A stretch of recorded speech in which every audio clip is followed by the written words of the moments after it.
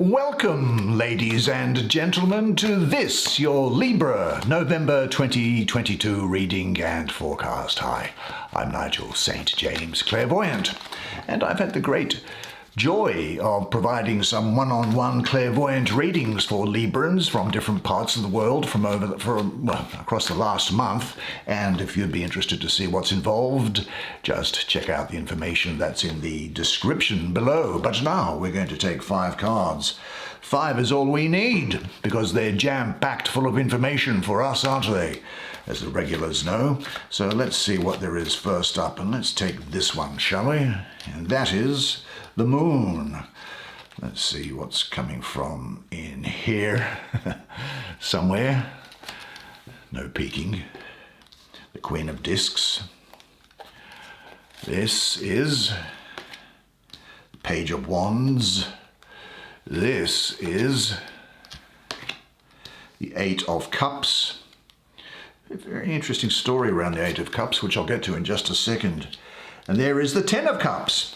So why don't you now come sit down here next to me? We'll have a good close look at the imagery on these cards together while I do the reading for you. Let's have a look first, shall we, at the moon card. That's what you drew first. So let's see what it is. Major Arcana 18. Actually, it's a good number, 18, I must say. Let's have a look at the painting and see what we can take from it, do you think? Well, the moon. Do you know everybody is a moon and has a dark side which they never show to anybody? But here, the moon is a hunter on the edge of a cliff, shooting a great fiery arrow at the sun. The moon is the feminine aspect of the Trinity, the Christian Trinity, or the Hindu Trinity. She is yin, soft, passive, and internal, dark, mysterious, the doorway into the subconscious world of dreams, intuition, and emotion. And she looks within, while the sun looks without. The sun is steady and ever shining, eternal. The moon is cyclic, waxing and waning, having the poles of new moon and full moon.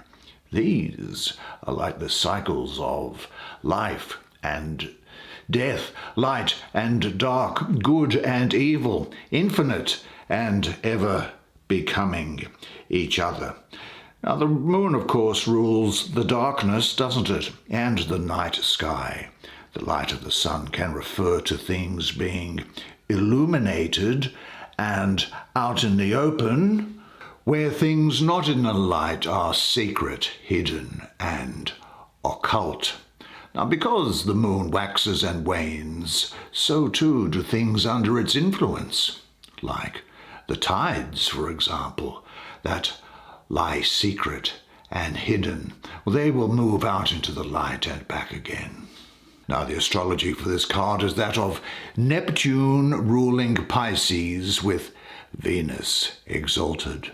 And I think that at this time, you really should be asking yourself, is it a reality or is it an illusion? Neptune in Pisces, well, Pisces is very much associated with the subconscious, with emotions, intuition, and artistry. This is the last of the major arcana for me anyway, which is associated with a zodiac sign. I don't apply it to anything further down the list of arcana. But Neptune in Pisces, well, Neptune's watery depths are associated with dreams, visions, and the imagination, which links it in really well with the qualities of the moon here, I think. Do you know, I really have the sense here that there is, in a way, a final testing of you for lessons or instructions which you have been given throughout the year to see whether or not there have been any wrong turns taken. But I get this feeling of illusion around here, maybe even deception, something misleading you. Look behind people this time to ensure that what you are being told or what is being presented to you is in fact the real deal. There is burning off of karma here, and perhaps an interaction with your subconscious. I think you may well find that you walk through a threshold to a new level of consciousness. Maybe for some people there could be some mental confusion, a difficult period where there's a lack of clarity. But I do also think that there's the possibility here where something in your life is not as it appears to be. That's what it is. There is a situation that is deceiving. Now, you may be feeling lost in life and unsure about which way to go. Almost as if you are in a dark forest at night with no signposts. Now, this can also represent your shadow self, your subconscious, or your hidden self.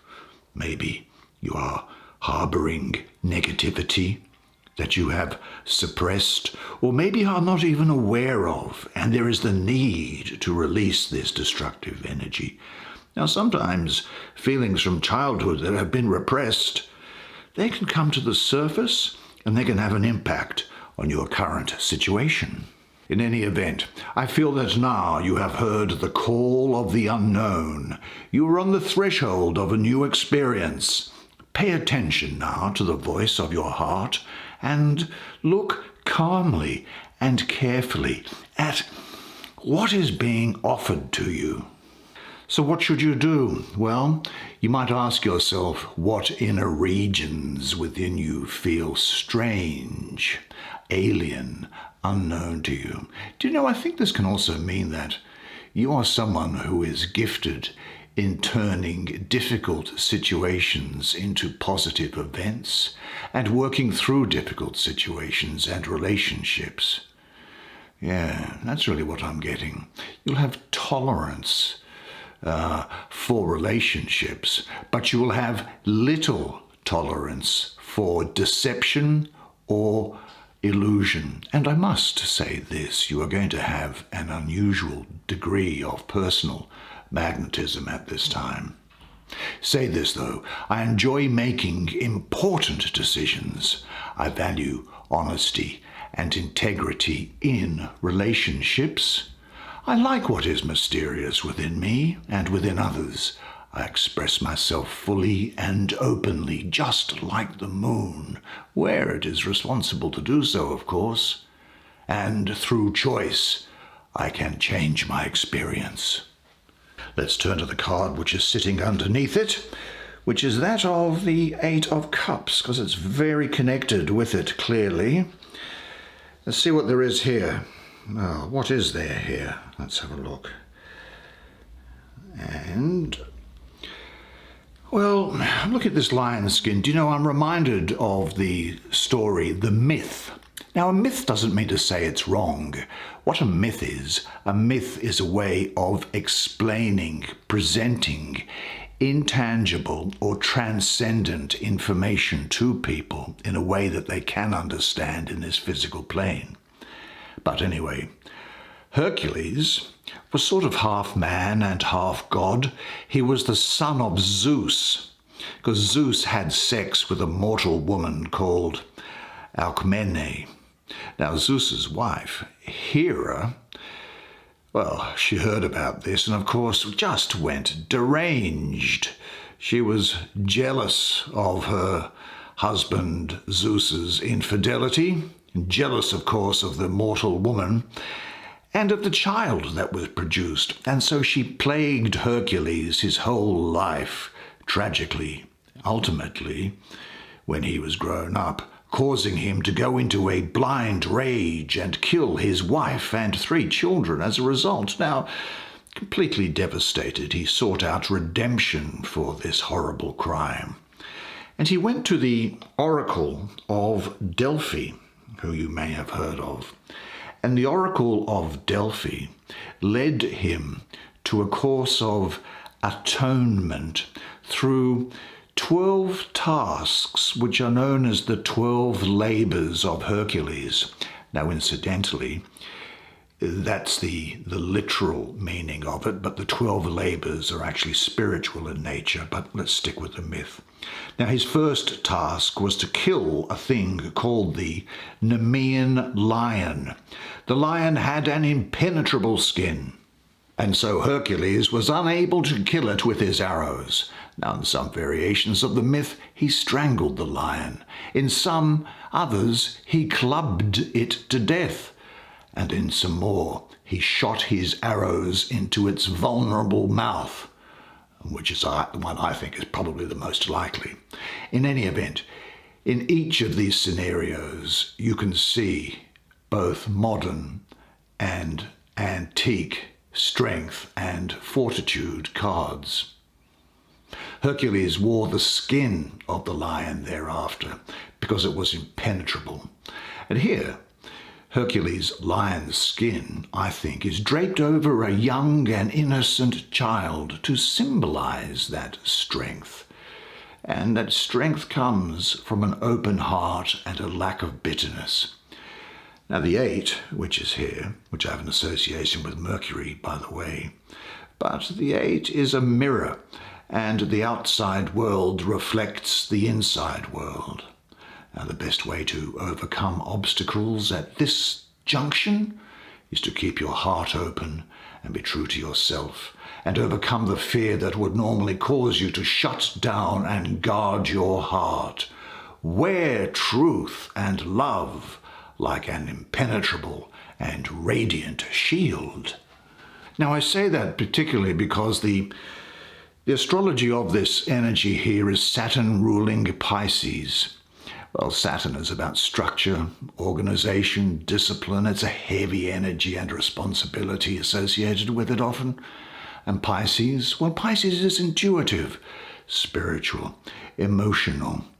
And Saturn deadens completely the waters of Pisces and suffocates the joy of Pisces. And because Mercury is here in the number 8, we also have the flightiness of Mercury present.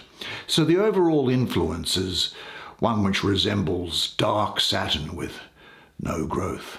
Now, the other thing is that Mercury is in detriment in Pisces, so we have conflict here as well. And it may be that you feel that there is, while this moon energy is around, some sort of a feeling of stagnation or you being obstructed to getting things done, almost as if there's also within you, perhaps, an emotional blockage that's there. Perhaps you feel you have already wasted enough of your energy on people who give nothing in return. You have filled them with your energy, but they were like bottomless barrels, and you, as a result, feel empty and sucked dry. The danger is, though, that you deny yourself pleasure at this time. The more that you try to revitalize a relationship which has fallen into a rut, the more powerless and empty you will feel. Any attempt to re-energize the other will just spread your energies further without achieving any results. So I think it's time to consider yourself, to set some limits and say no. It may be an old behavior pattern to always direct your love towards people from whom nothing comes in return. Now, this may be a sign indicating your fears of accepting love. Do you fear accepting love? What people come to mind for you in this context? Are you ready to dare to stand by them? And in what situations do you hide your true feelings? There is an ancient scriptural thing out of the Hebrew Bible or the Old Testament called the Book of Psalms. And I'm pretty sure it's chapter 16, verse 5. It says, "The Lord is my allotted share and portion. You control my fate." Now, I am not selling religion, but I do tell you this, that meditating on that phrase, chapter 16, verse 5, you will find that with every step you take and each moment that passes, you will feel comfort, confident, and have a stronger sense of direction. Now I think there's another Cups card down the bottom here, isn't there? And this is the Ten of Cups. What's the painting on this? Oh, that's actually very interesting. Why is that interesting? Well, I'll tell you why. Well, the first thing that I'll say is this, and you know how we spoke about just then the Book of Psalms? Well, there's another book. And again, I'm not selling religion. I just like theological stuff. This is a book in what the Christians call the New Testament, and it's the book of Revelation. And in chapter 6 of that book, verses 3 to 4, it said, "When the Lamb opened the second seal, I heard the second living creature say, 'Come!' Then another horse came out, a fiery red one. Its rider was given power to take peace from the earth and to make men slay each other. To him was given a huge sword."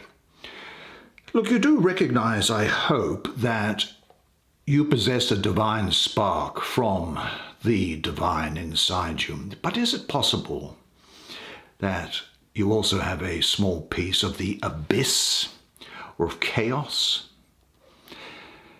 The red horse is the heart, his thundering hooves, the smooth beat of the turning wheel which pumps the blood, drawing in and pushing out the ancient bloodline.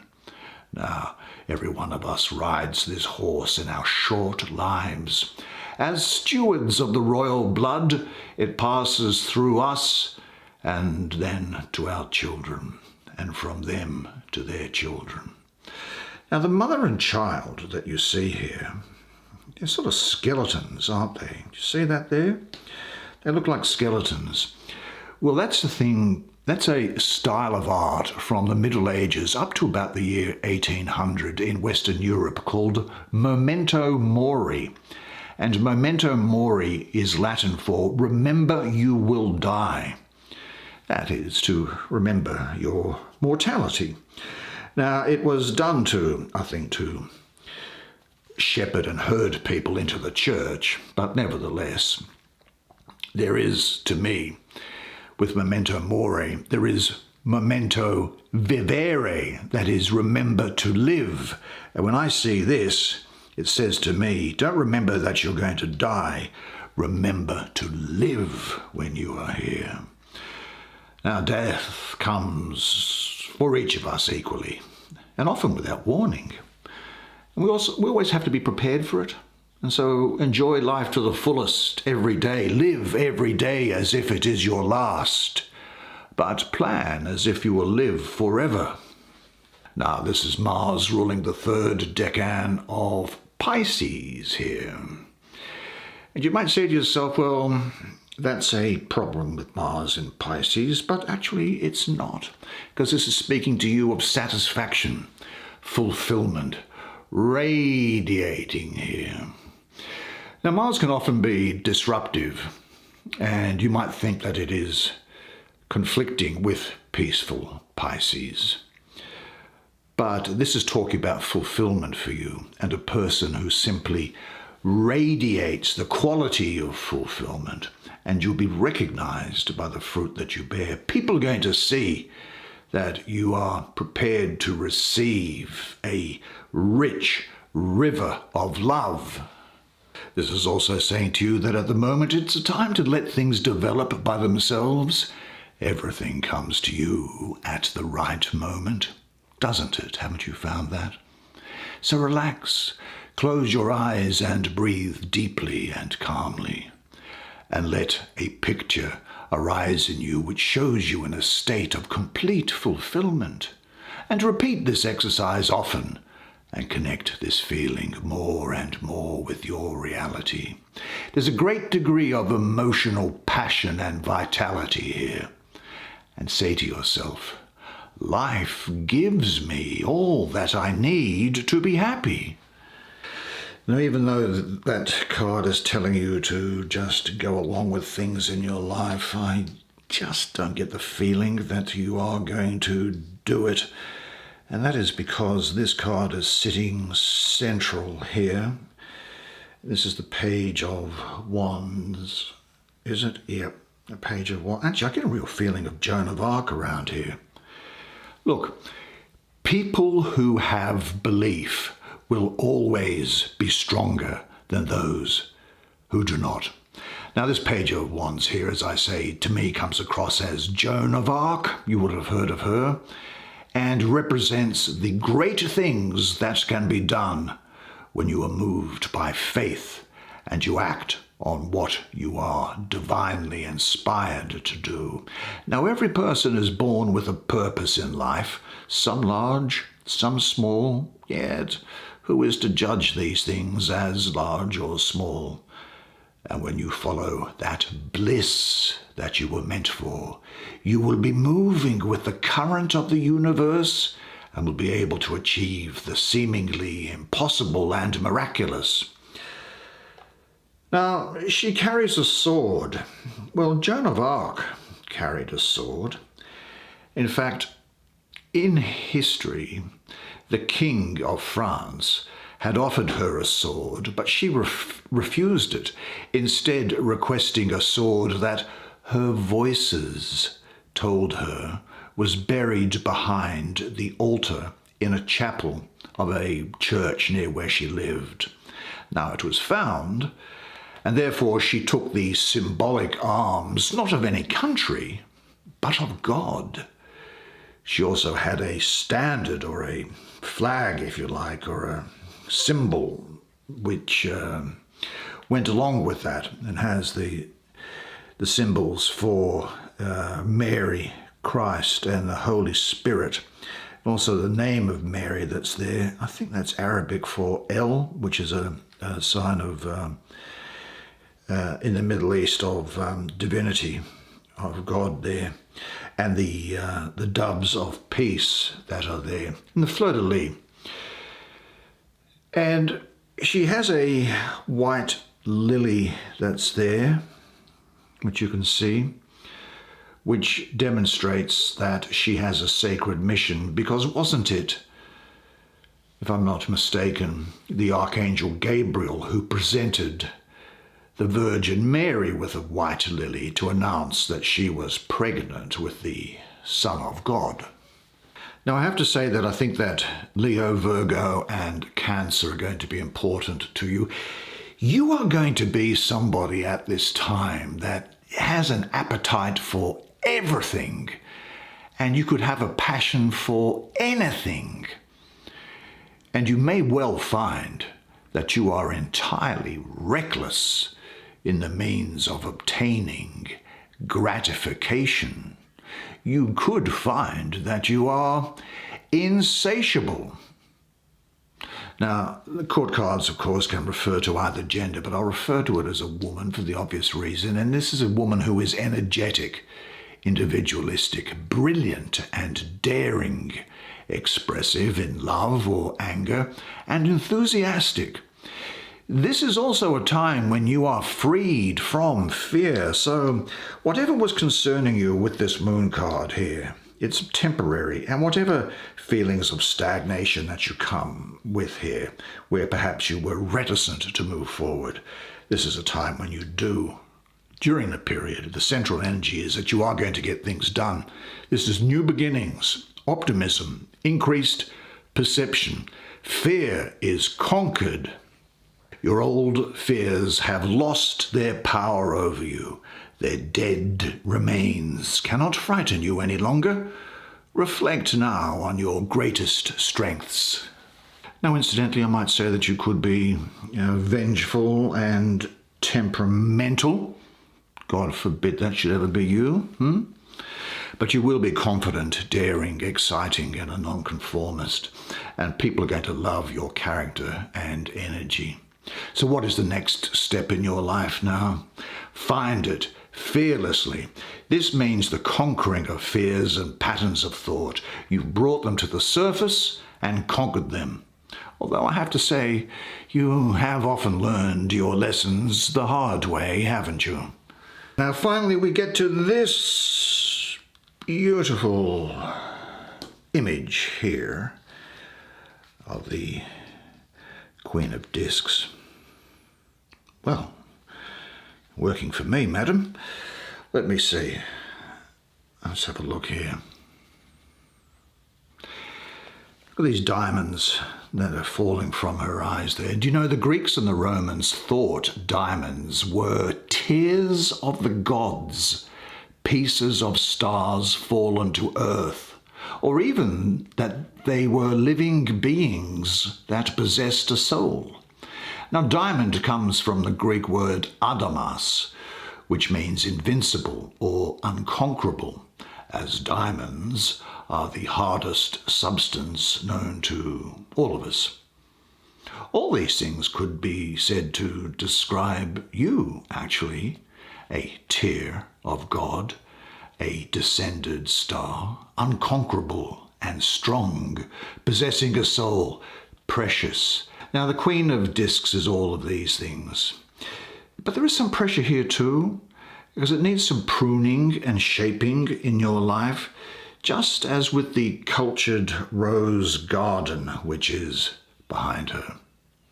It's in her garden with all of the elements in perfect harmony that you will be living your life, sustained by her milk, food, water, air, and life.